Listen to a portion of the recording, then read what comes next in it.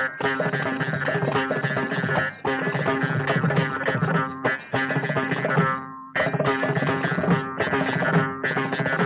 గౌరీ శివుని శిరమందు ఏ గంగా సింధులు వేసిన శ్రీ గౌరీ శివుని శిరమందు ఏ గంగా సింధులు వేసిన శ్రీ గౌరీ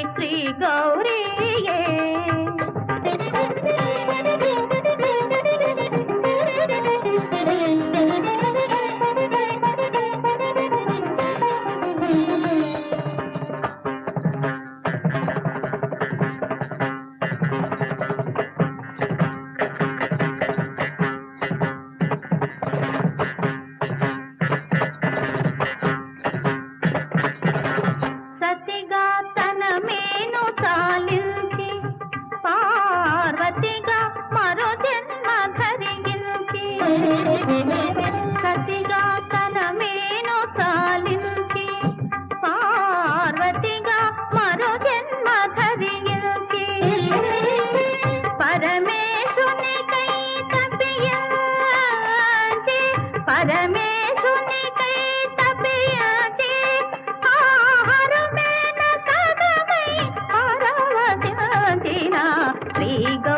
శ్రీ గౌరీ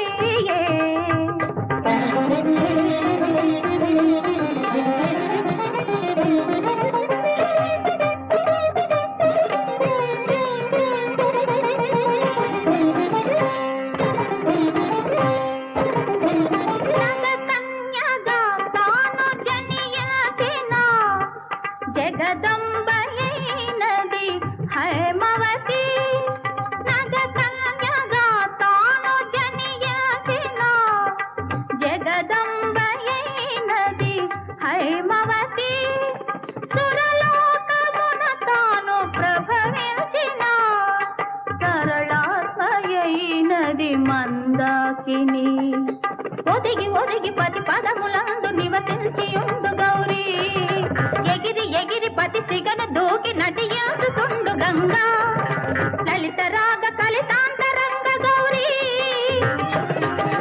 లలిత జీవన తరంగ రంగ గంగా నవలాంసు కీర్తి గౌరీ నవసేన మూర్తి గంగా కల్పాంతమైన భువనాంతమైన శతి ఎరుగని మృతి ఎరుగని నిజమిది శ్రీ గౌరీ శివుని శిరమందు ఏ గంగా సింధులు వేసిన శ్రీ గౌరీ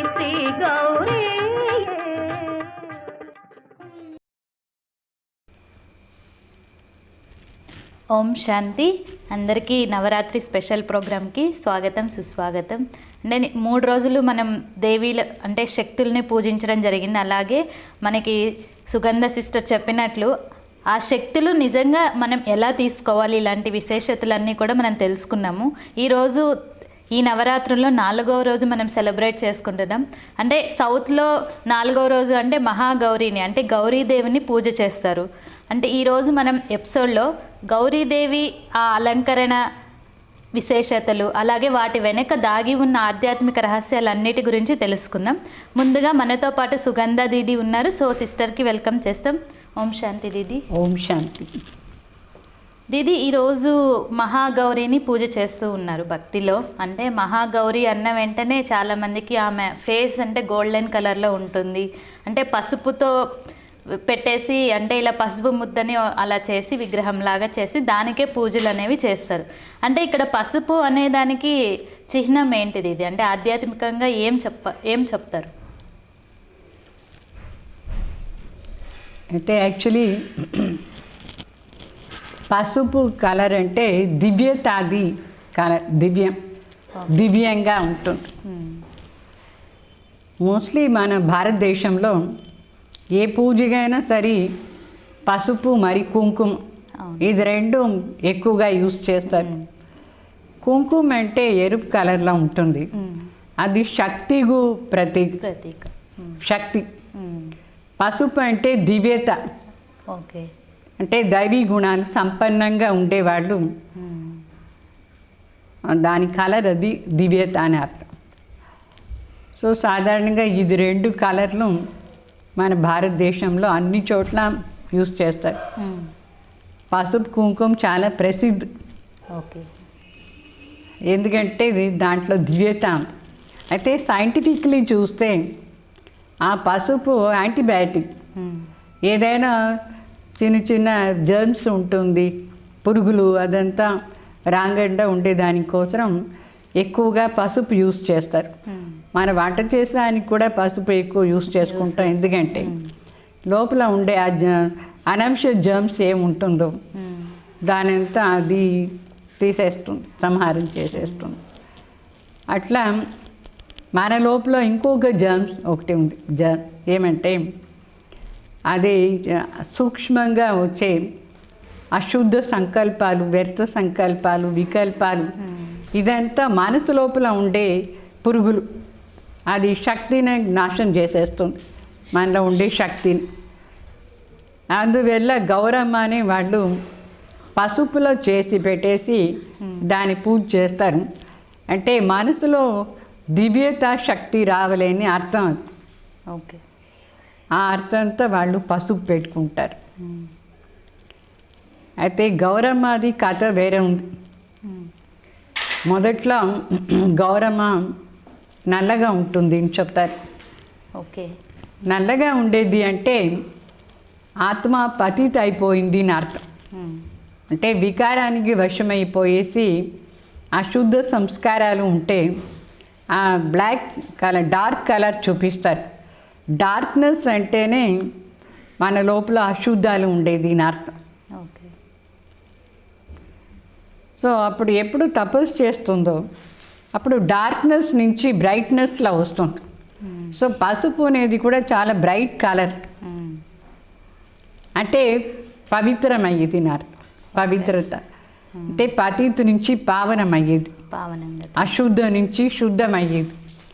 అశుద్ధ అంటే డార్క్నెస్, పతిత్ అంటే డార్క్నెస్, వికారం అంటే డార్క్నెస్. సో డార్క్నెస్ నుంచి మన ఫేర్ కావాలి. అందరికీ చాలా ఇష్టం ఫేర్ కలర్, ఫేర్గా ఉండాలని చెప్పి ఎంత బాగా అలంకారం చేసుకుంటారు, ఏమంతా వేసుకుంటారు. ఫేర్నెస్ ఇష్టమే. అయితే ఈ డార్క్నెస్ మనసులో ఎందుకు వచ్చిందంటే ఈ వికారాలే కారణం. ఓకే. అశుద్ధ సంకల్ప వికల్పాలు, వ్యర్థ సంకల్పాలు. మనసు డార్క్ అయిపోయిందంటే దాని అనుసారంగా ప్రకృతి కూడా మనకు అట్లా ఉంటుంది. సో భగవాన్ ఏం చెప్తున్నారంటే, నేను పతిత్ పావని, మీరు డార్క్గా ఉండే వాళ్ళని ఫేర్గా చేస్తాను, నా తలంపు చేయండి. పరమాత్మ తలంపు ఆధారాలని మనకు ఆ దివ్యతాది శక్తి వచ్చి మన ఫేర్గా బ్రైట్గా అయిపోతాం. ఓకే. గోల్డెన్ రెడ్ కలర్లో వచ్చేస్తుంది మన ఫిగర్. మనకు అవసరమే లేదు ఈ ఎక్స్టర్నల్ థింగ్స్ అన్ని యూజ్ చేసేది. అంత న్యాచురల్ బ్యూటీ వస్తుంది. ఓకే. అంటే ఒకప్పుడు ఇదే భారతదేశంలో నేచర్ చాలా బ్యూటిఫుల్గా ఉండింది. ప్రతి ఒక్కరు చాలా బ్యూటిఫుల్గా ఉన్నారు, న్యాచురల్ బ్యూటీ ఉండింది. అయితే పునర్జన్మం తీసుకొని ఏమైనారంటే డార్క్ అయిపోయినారు. మళ్ళీ ఆ డార్క్నెస్ నుంచి బ్రైట్నెస్ రావలేదు. అంటే భగవాన్ అవతరణ అయ్యి పతిత్ నుంచి పావన్ చేసి దానికోసం గౌరీని అర్థం. గౌరీని అర్థమే ఇదే బ్రైట్ ఫిగర్ని అర్థం. బ్రైట్ ఫిగర్, బ్రైట్గా ఫెయిర్గా ఉండేవాడు, అంటే పవిత్రంగా ఉండేవాడు, పావనగా ఉండేవాడు, దివ్యత శక్తి ఉండేవాళ్ళని గౌరీ. ఆ అర్థం అది గౌరీ అర్థం. ఓకే. అంటే ఇప్పుడు చెప్తే ఇంకా చెప్తారు, సూర్యుని వంటి తేజస్సు ఉంటుంది గౌరీదేవికి అని కూడా చెప్తారు. ఇంకా అంటే ఒక సన్ లైట్ అంటే అంత బ్రైట్ ప్రకాశంగా ఉంటుంది అని. ఆ పవిత్రత శక్తియే ఆమెని అట్లా ప్రకాశంగా చేసి. ఇంకా అంటే ఈ గౌరీదేవిలో ఇంకా ఎలాంటి శక్తులు ఉన్నాయి సిస్టర్? అంటే దివ్యత కాకుండా, ఈ ప్రకాశవంతమైన తేజస్సు కాకుండా మెయిన్గా గౌరీలో ముఖ్యంగా కాన్సన్ట్రేషన్ పవర్ ఎక్కువ ఉంది. ఓకే. తన తపస్య శక్తి ఆధారంలో, కాన్సన్ట్రేషన్ పవర్ ఆధారంలో శ్రీ గణేశకు జన్మ ఇస్తుంది. శ్రీ గణేశ అంటే విఘ్న వినాశక్. శ్రీ గణేశ. సో తనదే ఒక శక్తితో తన తపస్య శక్తి ఆధారంలో గణేశాకు జన్మ ఇచ్చేదంటే ఎంతెంత తన లోపల కాన్సన్ట్రేషన్ పవర్ ఉంటుందో ఆ కాన్సన్ట్రేషన్ పవర్ ఆధారంలో శ్రీ గణేశ రచన అవుతారంటే మన రచన ఏమంటే విఘ్న వినాశం చేసే సంస్కారాలని మనలో ధారణ చేసుకునేది. ఓకే. గణేశ అంటే ఒక ఏదో ఫిగర్ కాదు, దాంట్లో ఉండే క్యారెక్టరు. ఆ క్యారెక్టర్ ఏమంటే గణేశాలు ఒకటి విఘ్న వినాశక, ఇంకొకటి విశాలంగా ఉండే మనసు ఉండేది, ఇంకొకటి షార్ప్నెస్ ఉంటుంది, బుద్ధి షార్ప్గా ఉంటుంది, విశాలంగా ఉంటుంది, అందరికీ సహయోగం ఇస్తారు, దృఢత అనేది ఉంటుంది, ఆజ్ఞాకారి, ఇదంతా క్వాలిటీస్. ఓకే. సో ఎప్పుడు మనలో తపస్య శక్తి వస్తుందో ఆ కాన్సన్ట్రేషన్ పవర్ ఆధారంలో మన లోపల విఘ్నాన్ని వినాశం చేసే శక్తి వచ్చేస్తుంది. మనమే దాని క్రియేటర్. ఓకే.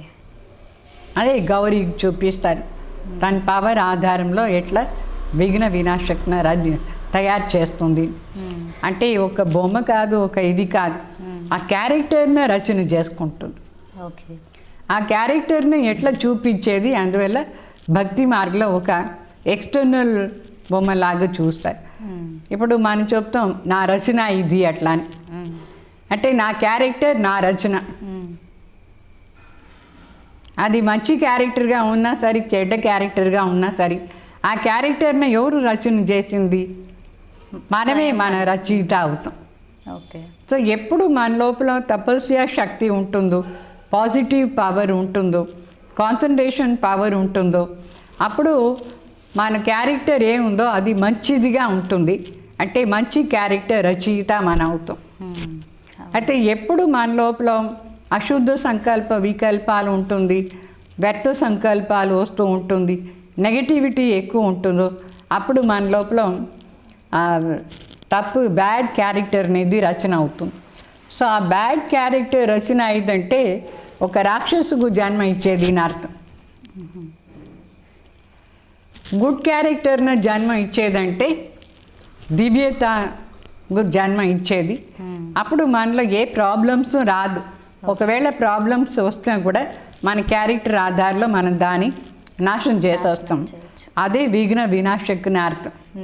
ప్రాబ్లమ్స్ను సాల్వ్ చేసి సమాధాన స్వరూపంలో ఉండేదానికోసం ఏమంతా క్యారెక్టర్స్ కావాలనో ఆ క్యారెక్టర్స్ అంతా మనం క్రియేట్ చేసుకోవాలి. ఎట్లా క్రియేట్ చేయాలి? కాన్సన్ట్రేషన్ పవర్ ఆధారంలో, తపస్య శక్తి ఆధారం. అది ఆ గౌరమ్మ అది క్యారెక్టర్ని చూపిస్తారు. ఓకే. అంటే ఇది క్యారెక్టర్ది. ఇది అంటే ఇప్పుడు క్యారెక్టర్ ఇప్పుడు గౌరీదేవి రూపం చూసినట్లయితే అంటే ఎక్కువ చాలామంది చూపించరు, కానీ చూపించిన వాటిల్లో ఎలా చూపిస్తారంటే ఒక చేతిలో కమల పుష్పం ఉంటుంది, ఇంకొక చేతిలో చెరుకు గడ పెట్టుకొని ఉంటారు, అలాగే ఇంకొక చేతిలో శంఖం ఉంటుంది, ఇంకొక చేతిలో ఒక దారంలాగా ఉంటుంది. అంటే వీటి వెనక ఉన్న రహస్యం ఏమిటిది?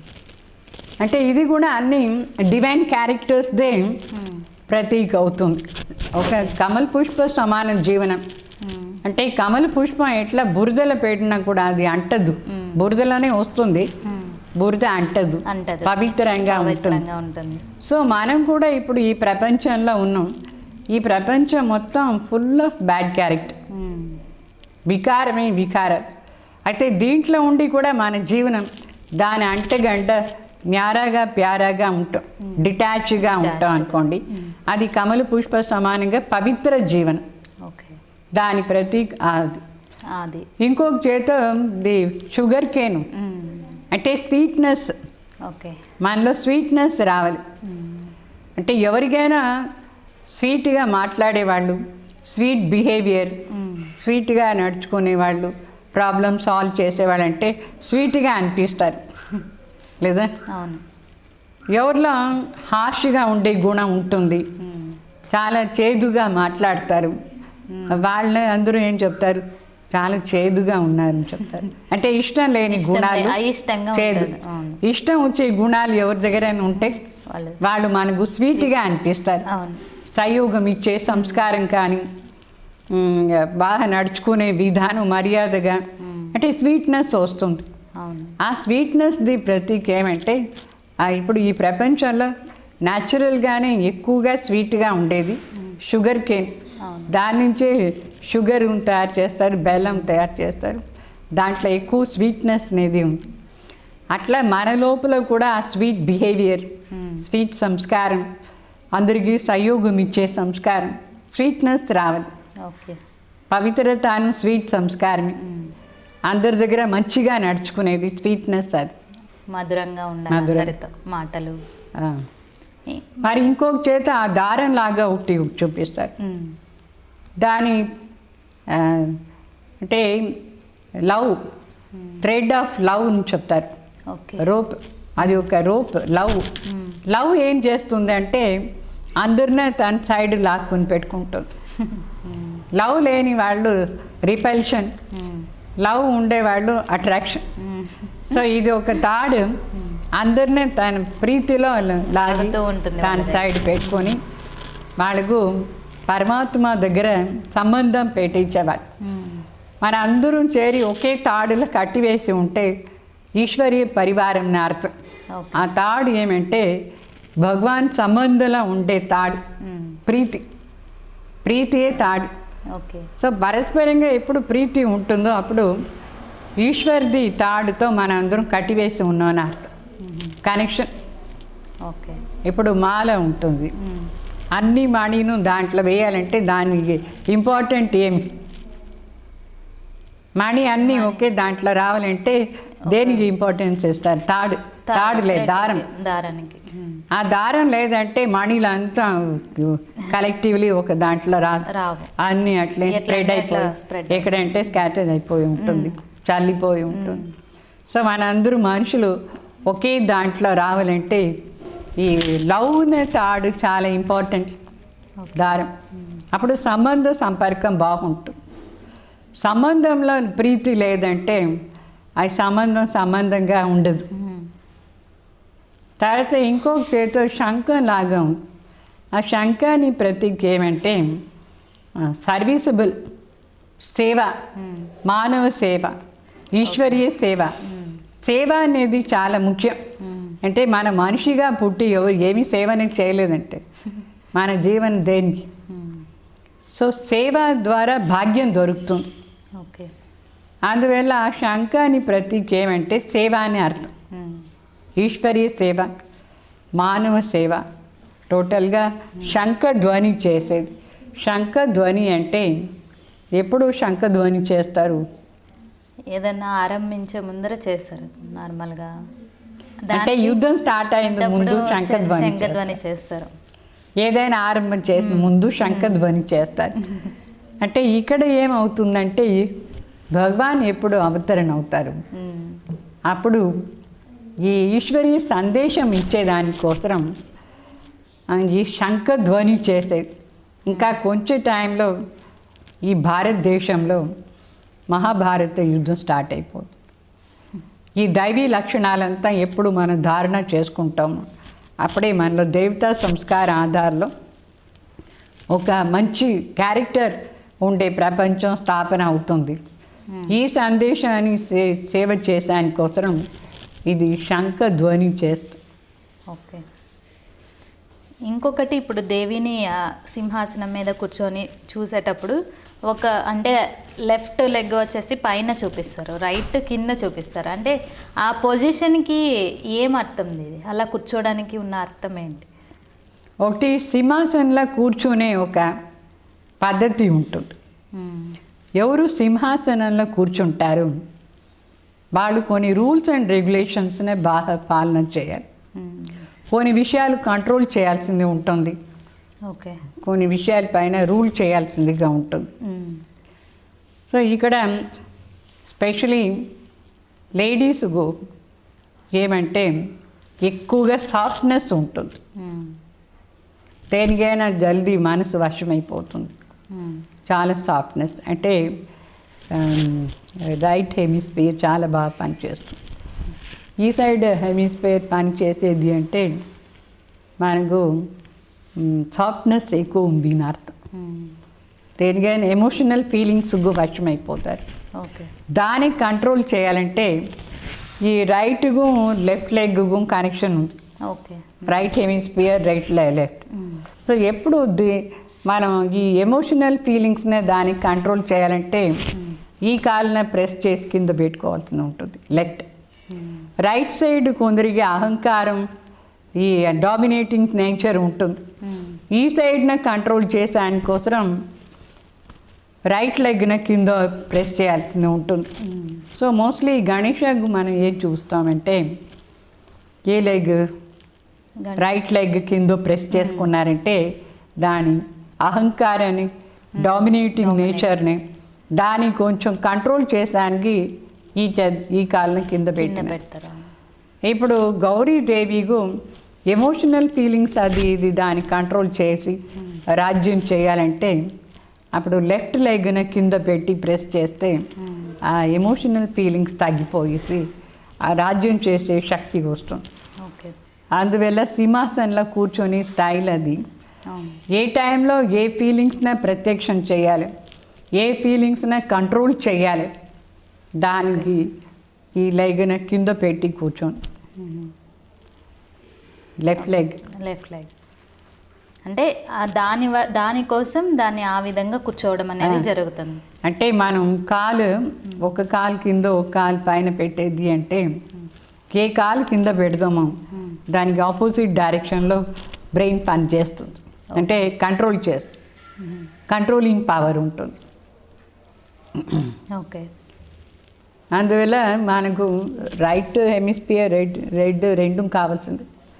అయితే ఏ సమయంలో రైట్ని యూస్ చేయాలి, ఏ సమయంలో లెఫ్ట్ యూస్ చేయాలి, ఏ సమయంలో మనకు ఎమోషనల్ ఫీలింగ్స్ని ఫుల్ కంట్రోల్ చేసేదానికోసం లేడీస్కు ఎక్కువగా ఎమోషనల్ ఫీలింగ్స్ జల్దీ వచ్చేస్తుంది. దాని కంట్రోలింగ్ కోసం మనం లెఫ్ట్ లెగ్ని కొంచెం ప్రెస్ చేసి పెట్టేస్తే అది కంట్రోల్ అయిపోతూ ఉంటుంది. ఇది సైంటిఫిక్ రీజన్ ఇది. అయితే దివ్యతా శక్తి కోసం కూడా దాంట్లో ఒక రహస్యం ఉంటుంది. ఓకే. అంటే ఎట్లా మనం ఆత్మ అనే జ్యోతి, మనసు, బుద్ధి దాంట్లో ఉంటుంది. అయితే అది ఈ ఇన్స్ట్రుమెంట్ని యూస్ చేస్తూ ఉంటుంది. ఏ ఇన్స్ట్రుమెంట్ని దేనికోసం యూస్ చేయాలో దానికి యూస్ చేస్తుంది. సో ఏ సమయంలో దేని కంట్రోల్ చేయాలో దానికి కంట్రోల్ కంపల్సరీ చేయాలి ఈ ఫిజికల్ బాడీలో కూడా. సో ఆత్మ ఎప్పుడు బ్రెయిన్న యూస్ చేస్తూ ఉంటుందో దాని ఇన్స్ట్రుమెంట్గా ఎక్కువ ఆలోచన చేసేదానికోసం కానీ, ప్లాన్ వేసేదానికోసం కానీ, ఫీలింగ్స్లా వచ్చేది అన్నిటికీ బ్రెయిన్ యూజ్ అవుతూ ఉంటుంది. ఆ బ్రెయిన్ కొంచెం కంట్రోల్ చేసేదానికోసం మనం ఈ లెగ్స్ పైన కూడా కొంచెం అటెన్షన్ ఇవ్వాల్సింది ఉంటుంది. ఈ టోటు హెడ్ వరకు అది పవర్ పాస్ అవుతూ ఉంటుంది. అట్లా రహస్యం దీంట్లో ఫిజికలీనా సరే, లోపల ఆధ్యాత్మికంగాను సరే. మోస్ట్లీ దేవతలన అట్లా చూపిస్తారు. ఒక కాలు కింద ఒక కాలు పైన పెట్టేది చూపిస్తారు. అది ఒక నష, రాజ్యం చేసే నష కూడా ఒకటి ఉంది దాంట్లో. ఓకే. ఇంకొకటి సిస్టర్, ఈ అలంకరణలో చూసినట్లయితే కిరీటం చూపిస్తారు గౌరీదేవికి, పైన అర్ధచంద్రాకారం చూపిస్తారు. అంటే దాంట్లో ఏమన్నా రహస్యం దాగి ఉందా ఈ అలంకరణ? అంటే కిరీటం అంటే మోస్ట్లీ రాజాకి కానీ రాణికి కానీ కిరీటం ఉంటుంది. కిరీటాన్ని అర్థం ఏమంటే రెస్పాన్సిబిలిటీని ధారణ చేసుకునేది. వాళ్ళ తలపైన ఫుల్ రెస్పాన్సిబిలిటీ ఉంటుంది. రాజా అంటేనే రెస్పాన్సిబుల్ పర్సన్. దేనికి రెస్పాన్సిబిలిటీ అంటే విశ్వంలో అందరూ వాళ్ళ అండర్లో ఉంటారు. యథా రాజా రాణి తథా ప్రజ. వాళ్ళు ఎలా ఉంటే ప్రజ. అందువల్ల వాళ్ళపైన రెస్పాన్సిబిలిటీ ఎట్లా ఉందంటే వాళ్ళు ఎంత మంచి వాళ్ళుగా, ఎంత పవిత్రంగా, దివ్యంగా ఉంటారు. ఆ ప్రజలను కూడా అట్లనే పాలన చేస్తారు. ఓకే. అందుకు ఆ రెస్పాన్సిబిలిటీది కిరీటం పెట్టుకుంటారు కంపల్సరిగా. దివ్య స్వరూపంలా ఉండి సంపూర్ణ సుఖం శాంతితో ప్రజలందరినీ పాలన చేసి వాళ్ళకు వరదానం ఇచ్చేది, వాళ్ళకు పాలన చేసే విధానం. అందువల్ల ప్రతి ఒక్క రాణి కానీ రాజాలు కానీ కిరీటం ఉంటుంది. అయితే ముఖ్యంగా గౌరీ తలపైన చంద్రుడు ఎందుకు చూపిస్తున్నారంటే కళలు అది మన 16 కళ సంపన్నత అది కావాలి. అవును. సో 16 కళ సంపన్న అయ్యే దారిలో ఉన్నారు. పురుషార్థం సంపన్న అయిపోతే ఫుల్ మూన్ అయిపోయినట్టుగా. ఓకే. అంటే పర్ఫెక్షన్. ఆ పర్ఫెక్షన్ కోసమే ఆ దేవతా లక్షణాలంతా ధారణ చేసుకొని అది చేస్తూ ఉండే దానివల్ల ఇక్కడ చంద్రుడు చూపిస్తారు. అంటే పురుషార్థాన్ని స్టేజెస్ అది ఏం ఎఫర్ట్ మనం చేస్తామో ఆ ఎఫర్ట్ది స్టేజ్నే చంద్రుడి రూపంలో చూపించినారు. సో ఇంట్లో మన దగ్గర కొంచెం పవర్ ఉండేటప్పుడే పరమాత్మ శక్తి అన్నీ తీసుకొని ధారణ చేసుకుంటే మనకు ఆ పర్ఫెక్షన్ అనేది వస్తుంది. ఓకే. ఇంకొకటి ఈ అలంకారంలో పైన ఛత్రఛాయ చూపిస్తారు. అంటే దేవికి పైన ఛత్రఛాయ చూపిస్తారు. అంటే ఎవరి ఛత్రఛాయ? అంటే ఆమె ఛత్రియ గొడుగు. గొడుగు అంటే అది నార్మల్ ఫిజికల్గా గొడుగు అనేనా, లేదంటే ఏదన్నా దాని వెనక కూడా ఒక రహస్యం ఉందా? అంటే ఫిజికల్లీ ఈ గొడుగు మన్నే ఈ ఎండ నుంచి వర్షం నుంచి రక్షణ చేస్తుంది. అవును. అంటే గొడుగు ఉండేది అంటే అర్థం ఏమంటే రక్షణ అని అర్థం. సో భగవాన్ రక్షణ, భగవాన్ ఆశీర్వాదం ఎప్పుడు ఆ దేవి పైన ఉంటుంది. ఈశ్వర్, భగవాన్ ఈశ్వర్, సదాశివుడు వాళ్ళు ఆత్మరూపి దేవినే గౌరీనే సదా ఈ అశుద్ధ మాటల నుంచి వికారాల నుంచి స్పెషల్గా కామ్ వికారం, క్రోధ వికారం, మోహలోభ, అహంకారం, ఈర్ష్య, ద్వేషం ఈ అన్నిటి నుంచి రక్షణ చేస్తారు. అది రక్షణ అని అర్థం. ఓకే. ఎప్పుడు భగవాన్ ఆశీర్వాదం మన పైన ఉంటుందో మనకు రక్షణ దొరుకుతూ ఉంటుంది. అదే ఒక ఛత్రి లాగా యూజ్ అవుతుంది. ఛత్రి అంటేనే రక్షణ చేసేది నాకు. ఓకే. అంటే అట్లా ఉండేది కాదు, ఎప్పుడు భగవాన్ది అనుగ్రహం వాళ్ళ పైన ఉంటుంది. అదే వాళ్ళని రక్షణ చేస్తూ ఉంటుంది. అందువల్ల ఆర్టిస్ట్ ఏం చేస్తారంటే పైన గొడుగు చూపించినారు. ఓకే. అంటే చాలా అద్భుతమైన స్వరూపం అని చెప్పవచ్చు. అంటే అన్ని రకాల శక్తులు దేనికి ప్రతి ఒక్కటి కంట్రోలింగ్ పవర్తో సహా అన్ని అలంకారంలో ఉన్నాయి దేవిని చూసినప్పుడు. ఈవెన్ మొక్కం చూస్తే తేజస్విగా ఎంతో చక్కగా ప్రకాశవంతంగా ఉంటుంది. ఇందాక మీరు చెప్పినట్లు కాన్సన్ట్రేషన్ పవర్కి, దివ్యతకి చాలా ఇంపార్టెంట్ అనేసి ఆ కలర్. అంటే ఇప్పుడు దేవినైతే పూజ చేయడం ఇలా ఉంది అని తెలిసింది సిస్టర్. అంటే దీన్ని మనం ఎలా తీసుకోవాలి, ఆ శక్తిని మనం ఎలా పెంపొందించుకోవాలి? ఇప్పుడు ఈ కాన్సన్ట్రేషన్ పవర్ చెప్పారు. యూజువలీ ఒక 2 minutes దేన్నైనా చూస్తే కాన్సన్ట్రేషన్ వచ్చేస్తుంది అని అలా చెప్తారు నార్మల్గా. కానీ అది యాక్చువల్గా ఎలా మనం ప్రాప్తి చేసుకోవాలి ఆ పవర్ని, ఆ దివ్యతని, ఆ కాన్సన్ట్రేషన్ని? తపస్య కోసం కాన్సన్ట్రేషన్ పవర్ చాలా అవసరం. తపస్య అంటే ఏమంటే ఏదో ఒక దాన్ని ప్రాప్తి చేసుకునే కోసం నిరంతరంగా మనం అభ్యాసం చేసేది, నిరంతరంగా స్ట్రాంగ్గా దృఢతతో అభ్యాసం చేసి దాన్ని మనం మనదిగా చేసుకునేది. ఏమి కావాలి మన జీవనంలో? ప్రతి ఒక్కరికి మెయిన్ శాంతి కావాలి. ఈ రోజు శాంతి కావాలి, సంతోషం కావాలి, ప్రేమ కావాలి, అన్నీ కావాలి కావాలి కావాలి అంటే. సో ఇవన్నీ ఎవరి దగ్గర ఉంటే వాళ్ళని మన వాళ్ళుగా చేసుకునేస్తే మనకు ఆటోమేటిక్లీ అన్నీ వచ్చేస్తుంది. అవును. ఎవరి దగ్గర ఉంది అన్నీ? ఈ రోజుల్లో చూస్తే ఏ మనిషి దగ్గర లేదు సిస్టర్. అందరూ వాటి కోసం ఎదురు చూస్తున్నారు. అందరికీ ఇది దొరికేది భగవాన్ ఈశ్వర్ దగ్గర ఉంది. సో ఈశ్వర్ దగ్గరనే శాంతిని శక్తి ఉంది. ఓకే. శాంతి సాగర్, ఆనందాని సాగర్, ప్రేమ సాగర్, జ్ఞాన సాగర్, అన్ని శక్తులు ఈశ్వర్ దగ్గర ఉంది. ఓకే. సో మనకు ఇవన్నీ కావాలంటే వాళ్ళని పట్టుకోవాలి. వాళ్ళ కోసం మనం తపస్సు చేసేస్తే మనకు అన్నీ దొరుకుతుంది. ఓకే. అదే దానికి ఏకాగ్రత చాలా అవసరం, అభ్యాసం కావాలి. అభ్యాసం లేనిది ఏమీ ప్రాప్తి కాదు. దేనికైనా ప్రాక్టీస్ ఉండాలి. Practice makes man perfect. Perfection మనకు కావాలంటే మనం ప్రాక్టీస్ చేస్తూనే ఉండాలి. ఏమి ప్రాక్టీస్ చేయాలంటే ఈశ్వర్ దగ్గర ఉండే ఆ శక్తిని మన దగ్గర ప్రాప్తి చేసుకోవడానికి ప్రాక్టీస్ చేయాలి. అప్పుడు ఈశ్వరే మన వాళ్ళు అయిపోయినారంటే అన్నీ మనకు వచ్చేస్తుంది. ఓకే, అంటే ఇప్పుడు చేద్దామా సిస్టర్ మెడిటేషన్, ఆ కాన్సన్ట్రేషన్ పవర్ ఎలా చేయాలి, తీసుకోవాలి అని? అది కావాలని అనుకుంటే కంపల్సరీగా చేయాలి.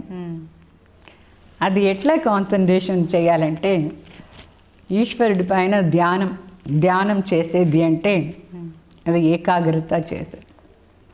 అయితే తెలుసుకుని చేయాలి ఈశ్వర్ ఎవరు. ఏదంటే అది పెట్టుకుని ఇది ఈశ్వర్ నేను చేస్తానంటే అది రాదు. ఎక్కడ ఉన్నారు ఈశ్వర్, ఎక్కడ మన మనసుని తీసుకుపోవాలి, మొదట్లో ఈ విషయం తెలుసుకోవాలి. ఓకే, ఈశ్వర్ ఏ రూపంలో ఉంటారు, ఏ పేరుతో ఉన్నారు, ఓకే, ఏ స్థానంలో ఉన్నారు, ఈశ్వరుది ఏమేమి గుణాలు, ఈశ్వరి కర్తవ్యం ఏమి. సో నామ రూప దేశ్ కాల్ కర్తవ్యం ఈశ్వరుది. ఓకే, అది తెలుసుకొని మనం అక్కడ అభ్యాసం చేయాలి, ప్రాక్టీస్ చేయాలి, మన మనసుని పెట్టాలి. అప్పుడు మనకు దొరుకుతుంది. పార్వతీదేవి కూడా మొదట్లో ఈశ్వర్ ఎక్కడ ఉన్నారు అని తెలియలేదు, అందరిని అడుగుతుంది. అయితే ఒక రకమైన మనసులో అట్రాక్షన్ ఉండింది ఈశ్వర్ కోసం. అయితే ఆ ఈశ్వర్ ఎక్కడ ఉంటారు, నేను ఎక్కడ పోవాలనేది మొదట్లో తెలియలేదు. ఓకే, తర్వాత తెలుసుకొని పోతుంది ఈశ్వర్ దగ్గర. తెలుసుకున్న తర్వాతనే కదా. అవును, తెలుసుకున్న మరేమి తెలుసుకుంటేనే జరుగుతుంది ఏదైనా. శరీరంతో ఎక్కడ పోయేది అవసరం లేదు. ఈశ్వరు ఉండే స్థానానికి మన మనసుని తీసుకుపోవాలి, మన బుద్ధిని తీసుకొని పోవాలి. ఈశ్వర్ ఎక్కడ ఉంటారు అక్కడ మన మనసు మన బుద్ధి ఇది రెండూ పోవాలి. అప్పుడే మనకు ఈశ్వర్ ప్రాప్తి అవుతారు. ఈశ్వర్ ఏమి బయట ఇట్లా ఈ సామాన్ లాగా ప్రాప్తి చేసుకునేందుకు లేదు. ఇప్పుడు ఏదైనా మనకు వెండి లేదు బంగారు చైన్ ఎంత కావాలంటే దానికి డబ్బులు సంపాదన చేసుకొని షాప్లో పోతే వచ్చేస్తుంది. భగవాన్ అంత ఈజీగా ప్రాప్తి. ఇది చాలా పవర్ఫుల్గా తపస్సు ఆ విషయం.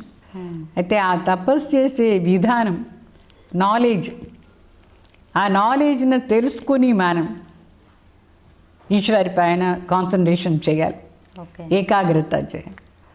సో ఆ ఏకాగ్రత శక్తి కోసం మొదట్లో మనం భగవాన్ రూపాన్ని తెలుసుకోవాలి. సో మొదట్లో మనం ఈశ్వర్ రూపం తెలుసుకుంటే ఆ రూపాన్ని చూసిన వెంటనే పేరు కూడా గుర్తుకొచ్చేస్తుంది. ఓకే, పేరు తెలుసుకుంటే రూపం వస్తుంది, రూపం తెలుసుకుంటే పేరు వచ్చింది. ఇది రెండింటికి సంబంధం ఉంది. ఎవరిదైనా పేరు విన్న వెంటనే వాళ్ళ రూపం బుద్ధిలో వచ్చేస్తుందా లేదు. మరి వాళ్ళు ఉండే స్థానం ఆటోమేటిక్లీ బుద్ధి పోతుంది. వాళ్ళు ఉండే స్థానాన్ని తెలుసుకుంటేనే పోయేది కరెక్ట్ ప్లేస్లో. తర్వాత వాళ్ళు ఏం పని చేస్తారో అది మనసులో వస్తుంది, వాళ్ళ గుణాలు అని వస్తుందా లేదు. వస్తుంది. అప్పుడు తపస్సు చేసేది కానీ కాన్సన్ట్రేషన్ చేసేది కానీ కష్టంగా ఉండదు. అన్నీ తెలుసుకున్న తర్వాత ఆటోమేటిక్లీ మన బుద్ధి పోతూ ఉంటే అది ఈజీగా కాన్సన్ట్రేషన్ ఉంటుంది. సో మొదటి మాట మన ఈశ్వరుది పేరు తెలుసుకుంటాం, రూపం తెలుసుకుంటాం. ఈశ్వరుని ఎవరు కంటితో చూడలేదు, కనిపించరు.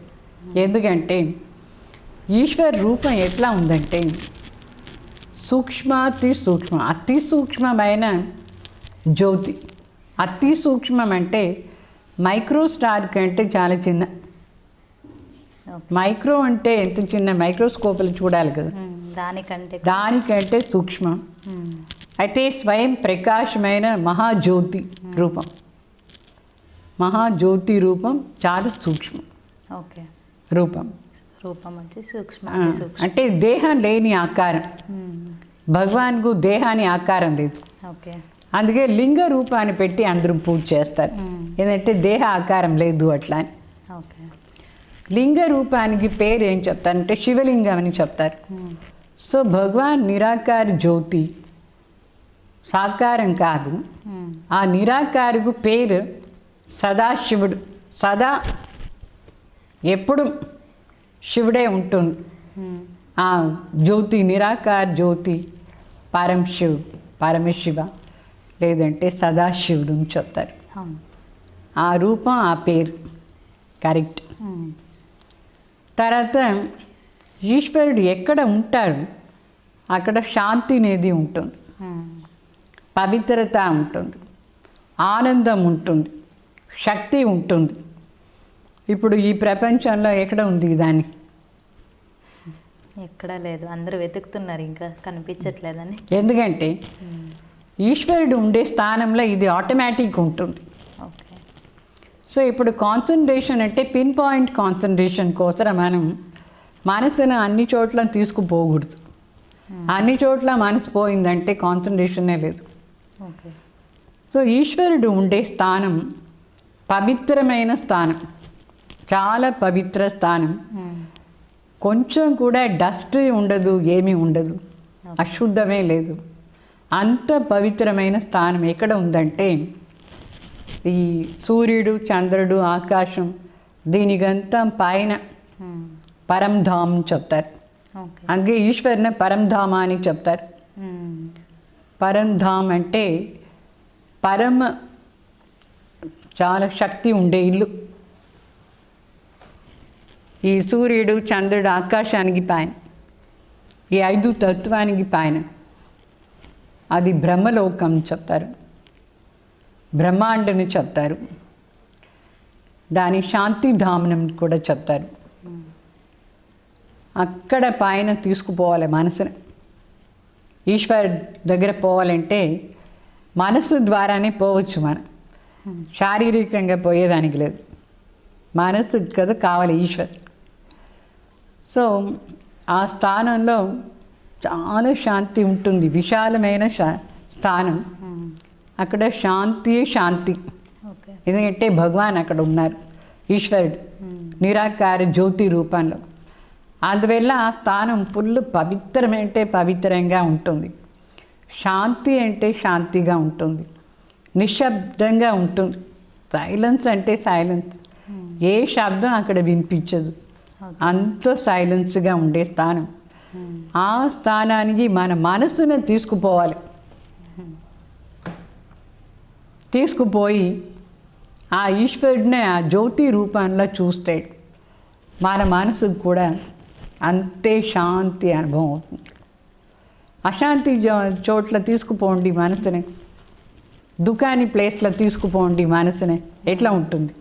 అదే వాటిని మనం అనుభవం చేస్తాం, దుఃఖమే అనుభవం. సో శాంతి కావాలంటే ఆ పరమశాంతి ఉండే స్థానం, పరంధామం, పరమాత్మ ఉండే స్థానం, అక్కడ తీసుకుపోవాలి మనసుని. అప్పుడు పరమశాంతి అనుభవం అవుతూ ఉంటుంది. అట్లా ఇప్పుడు అభ్యాసం చేస్తాం. ఈశ్వరుడు పనే ఇది, మన మనసుకు శాంతి ఇచ్చేది ఈశ్వరి కర్తవ్యం. ఓకే. పతిత్ నుంచి పావన్ చేసే కర్తవ్యం. జ్ఞాన సాగరుడు భగవాన్, ఆనంద సాగరుడు.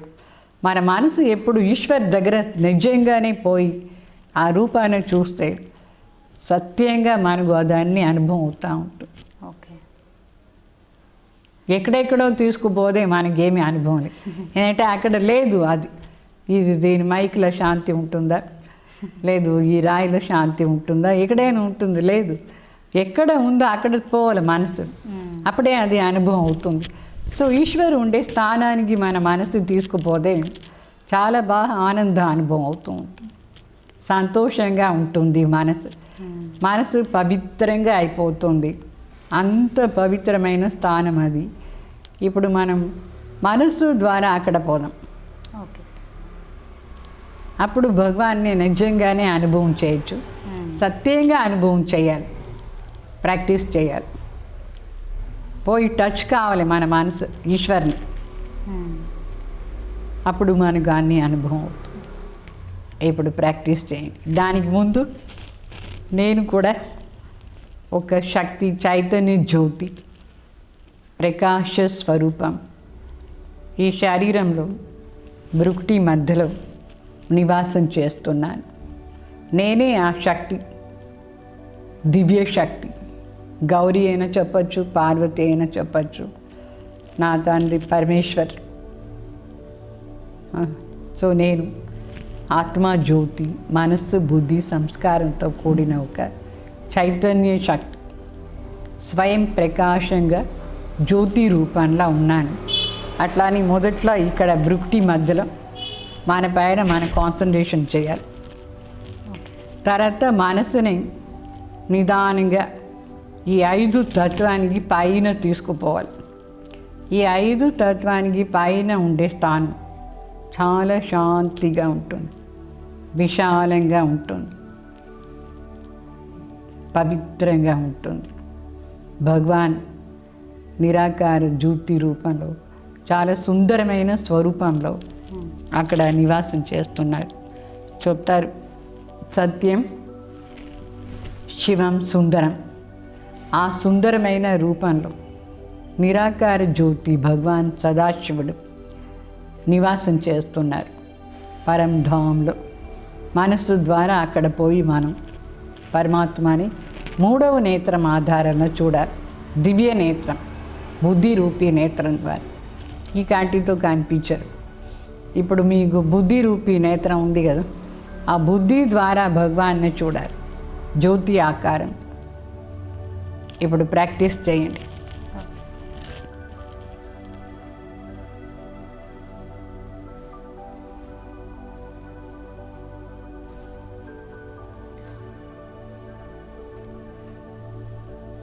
నేను సూక్ష్మాతి సూక్ష్మ జ్యోతి స్వరూపమైన ఆత్మ, చైతన్య శక్తి, మనసు, బుద్ధి, సంస్కారంతో కూడిన దివ్య జ్యోతి అయిన ఈ భృకుటి మధ్యలో నేను శక్తి నివాసం చేస్తున్నాను. ఈ భృకుటి రూపీ సింహాసనంలో నేను విరాజమానైనాను.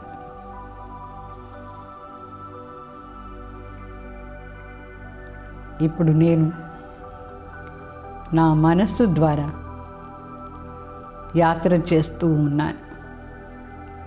పరంధామ యాత్ర, శివుడి దగ్గర పోతూ ఉన్నాను.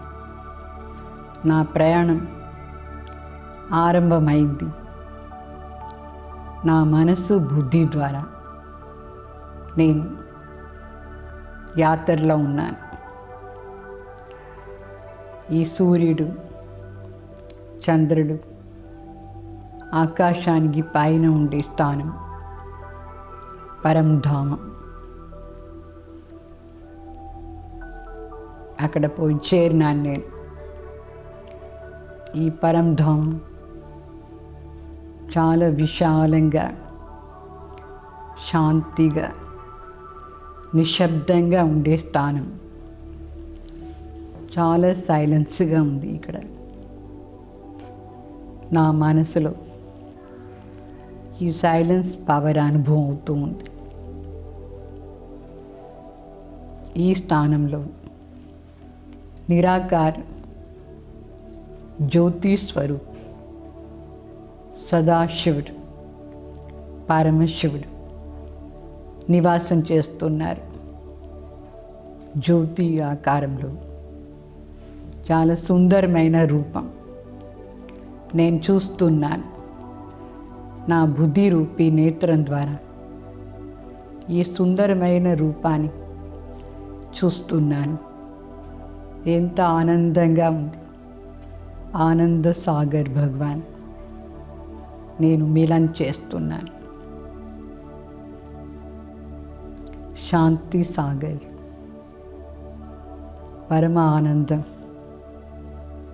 పరమశక్తి ఉండే భగవాన్ దగ్గర నేను వచ్చినాను. నాకు చాలా శక్తి అనుభవం అవుతూ ఉంది.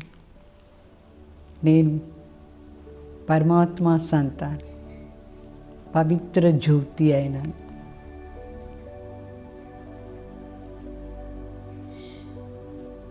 నా నిజమైన సంబంధం పరమాత్మ దగ్గర ఉంది.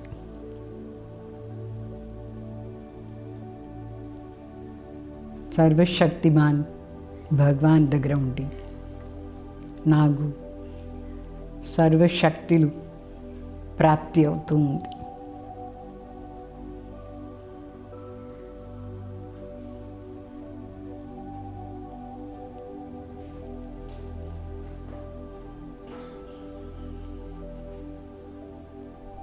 నేను కూడా ఈ లోకం నుంచే ఈ భూమిలో అవతరణ అయినాను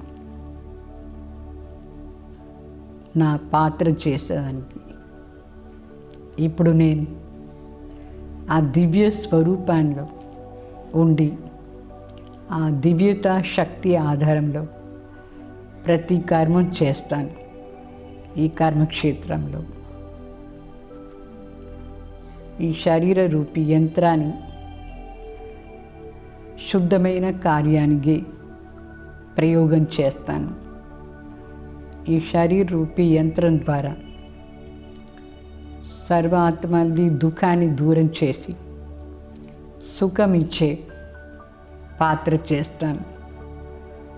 నేను ఆ శివుడి దగ్గర ఉండి తీసుకుని శక్తి ఆధారంలో ఈ కర్మక్షేత్రంలో కార్యం చేస్తాను.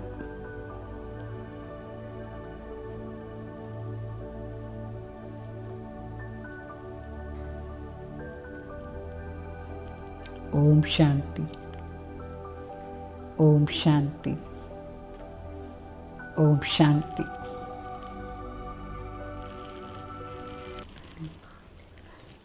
ఈ విధంగా మనం చేస్తూ ఉంటే ఆ కాన్సన్ట్రేషన్ పవర్ అనేది ఆటోమేటిక్గా వస్తూ ఉంది.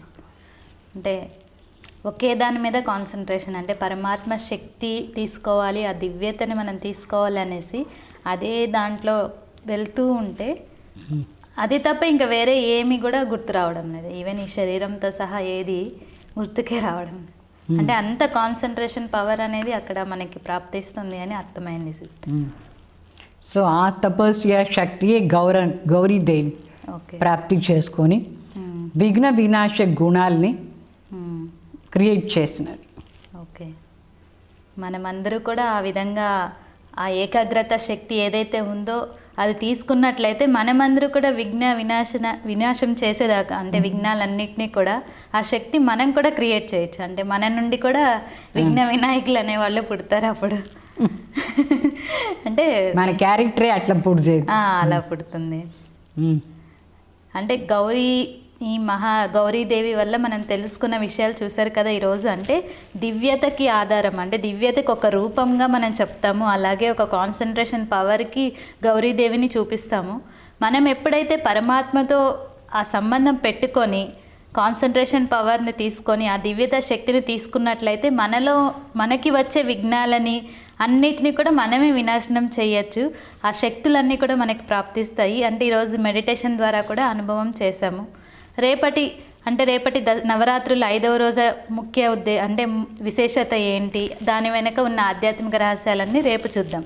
ఇంతవరకు అందరికీ నమస్కారం. ఓం శాంతి. ఇప్పుడు ఈ కార్యక్రమం అయిపోయిన తర్వాత అంటే డ్యాన్స్ ప్రోగ్రామ్ కూడా ఉంది, అందరూ తప్పకుండా వీక్షించాలని కోరుకుంటున్నాం. ఓం శాంతి.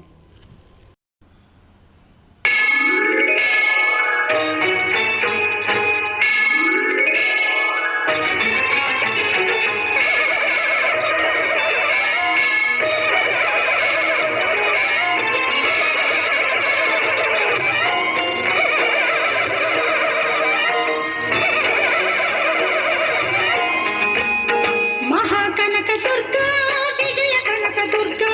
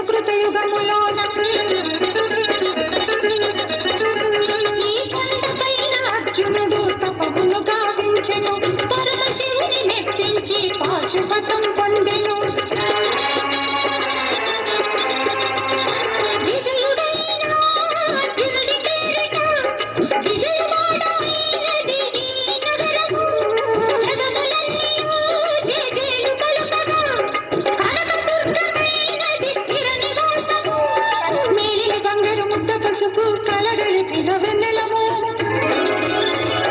కోటి కోటి ప్రభాతాల అరుణిమయే కుంకుమ అమ్మ మనసు పడి అడిగి ధరించిన కృష్ణవేణి ముక్కు పుడక ప్రేమ కరుణ వాత్సల్యం కురిపించే దుఃఖ రూపం ముక్కటి దేవతలందరికీ ఇది ముక్తి దీపం మహాకనక దుర్గా విజయ కనక దుర్గా పరాశక్తి లలిత శివానంద చరిత